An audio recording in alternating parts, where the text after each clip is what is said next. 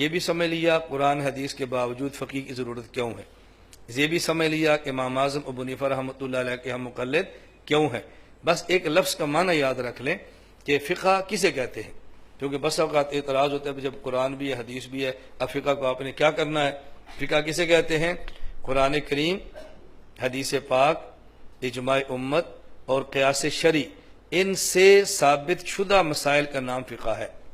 ترجمہ یاد رکھ لیں، قرآن کریم، حدیث پاک، اجماع امت اور قیاس شرعی سے ثابت شدہ مسئلے کا نام فقہ ہے۔ فقہ قرآن کے خلاف نہیں ہے، حدیث کے خلاف نہیں ہے، اجماع امت کے خلاف نہیں، ہاں ان سے ہے، ان کے خلاف ہرگز نہیں ہے۔ بس اوقات امام صاحب پر بھی الزامات لگتے ہیں مسائل قرآن حدیث کے خلاف ہیں، کبھی ہمیں بھی لوگ کہتے ہیں مسائل قرآن حدیث کے خلاف ہیں۔ میں اس پر ایک چھوٹا سا واقعہ پیش کرتا ہوں بات ختم کرتے ہوئے۔ حضرت امام اعظم ابو حنیفہ رحمۃ اللہ علیہ مدینہ منورہ تشریف لائے اور ملاقات کی امام باقر سے، اور امام صاحب نے ان کو سلام کیا۔ حضرت امام باقر سے امام اعظم ابو حنیفہ نے عرض کیا کہ حضرت مجھے لگتا ہے کہ کچھ آپ مجھ سے نالاں ہیں، اور یا امام باقر نے خود فرمایا کہ ابو حنیفہ مجھے تمہارے بارے میں شکایت ملی ہے کہ تم حضور اکرم صلی اللہ علیہ وسلم کی احادیث کے مقابلے میں اپنا قیاس، اپنی عقلیں لڑاتے ہو، یہ تم نے کیا شروع کر رکھا ہے؟ حضرت امام اعظم ابو حنیفہ نے فرمایا، عرض کیا حضرت میں آپ سے ایک دو بات پوچھتا ہوں۔ فرمایا ہاں پوچھو۔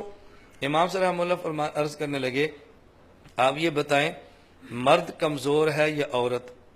امام باقر نے فرمایا کہ عورت۔ امام صلی اللہ علیہ وسلم نے فرمایا جب باپ فوت ہو جائے تو بیٹی کو حصہ دگنا ہے یا بیٹے کو؟ فرمایا بیٹے کو۔ تو امام صاحب فرمایا کہ میری عقل تو کہتی ہے کہ بیٹی کو دگنا دو کمزور ہے، بیٹے کو ایک گنا دو کہ وہ طاقتور ہے۔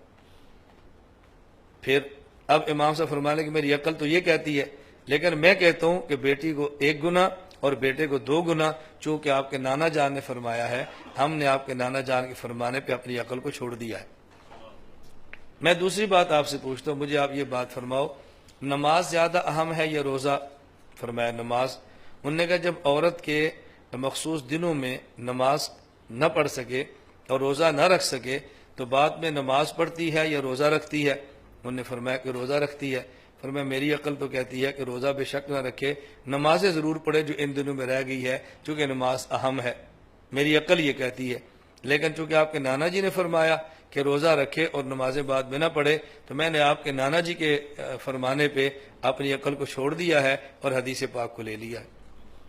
میں تیسری بات آپ سے پوچھتا ہوں، مجھے آپ یہ فرمائیں کہ پیشاب کے قطرے یہ زیادہ نجس ہیں یا مرد کا جو نطفہ ہے مادہ منویہ یہ زیادہ نجس ہے؟ تو انہیں فرمایا زیادہ نجس تو پیشاب ہے۔ امام صاحب فرمانے لگے اگر پیشاب زیادہ نجس ہے تو پھر میری عقل تو کہتی ہے جب آدمی پیشاب کرے پھر غسل کرے اور مادہ منویہ نکلے پھر وضو کر لے، چونکہ زیادہ ناپاک جو وہ ہے، میری عقل تو یہ کہتی ہے، لیکن دیکھو میں نے عقل کو چھوڑ دیا آپ کے نانا جی کے فرمانے پر۔ امام باقر اتنے خوش ہوئے، اٹھ کے امام صاحب کو چوم لیا کہ میں نے تیرے بارے میں خواہ پروپیگنڈا سنا تھا، تو قیاس کو چھوڑ کے حدیثوں پر عمل کرتا ہے، اور آپ اس بات پر حیران ہوگے اور میری بات آپ کو تعجب ہوگا۔ آج دنیا میں بحثیں چل رہی ہیں، صحیح حدیث ضعیف حدیث، صحیح حدیث ضعیف حدیث۔ ہم حنفیوں کا موقف یہ ہے اگر ایک طرف قیاس آ جائے اور ایک طرف ضعیف حدیث ہو جائے، قیاس کو چھوڑ دیں اور ضعیف حدیث لے لیں۔ صحیح تو بہت اوپر کا مقام ہے نا، اگر ضعیف حدیث اور قیاس کا مقابلہ آ جائے تو قیاس کو چھوڑ دیں اور ضعیف حدیث کو لے لیں، اور پھر بھی الزام ہے کہ یہ لوگ قیاس کو لیتے ہیں، ہمیں بہت تعجب ہوتا ہے۔ اور حضرت امام صاحب کے بارے میں بہت مشہور ہے، وہ جی فلاں محدث کہتا ہے یہ تو صاحب رائے ہے، یہ تو صاحب رائے ہے۔ میں نے کہا صاحب رائے کا معنی یہ نہیں ہے کہ قرآن حدیث نہیں آتا، صاحب رائے کا معنی ہے کہ یہ بندہ رائے رکھتا ہے۔ اب سمجھ آئی صاحب رائے کا معنی کیا ہے؟ یہ بندہ رائے رکھتا ہے، قرآن مجید سے مسئلہ نکال سکتا ہے، حدیث سے مسئلہ نکال سکتا ہے، یہ صاحب رائے ہے، اس کی اپنے کچھ دلیلیں ہیں، یہ مانے کہ ہر کسی کے پیچھے دوڑتا ہے، یہ خود صاحب رائے ہے۔ لوگوں نے سمجھا صاحب رائے کا معنی ہے کہ اس بندے کو قرآن نہیں آتا۔ اللہ مجھے اور آپ سب کو اپنے اکابر کی، اپنے مشائخ کی قدر کرنے کی توفیق عطا فرمائے۔ اللہم صل علی سیدنا محمد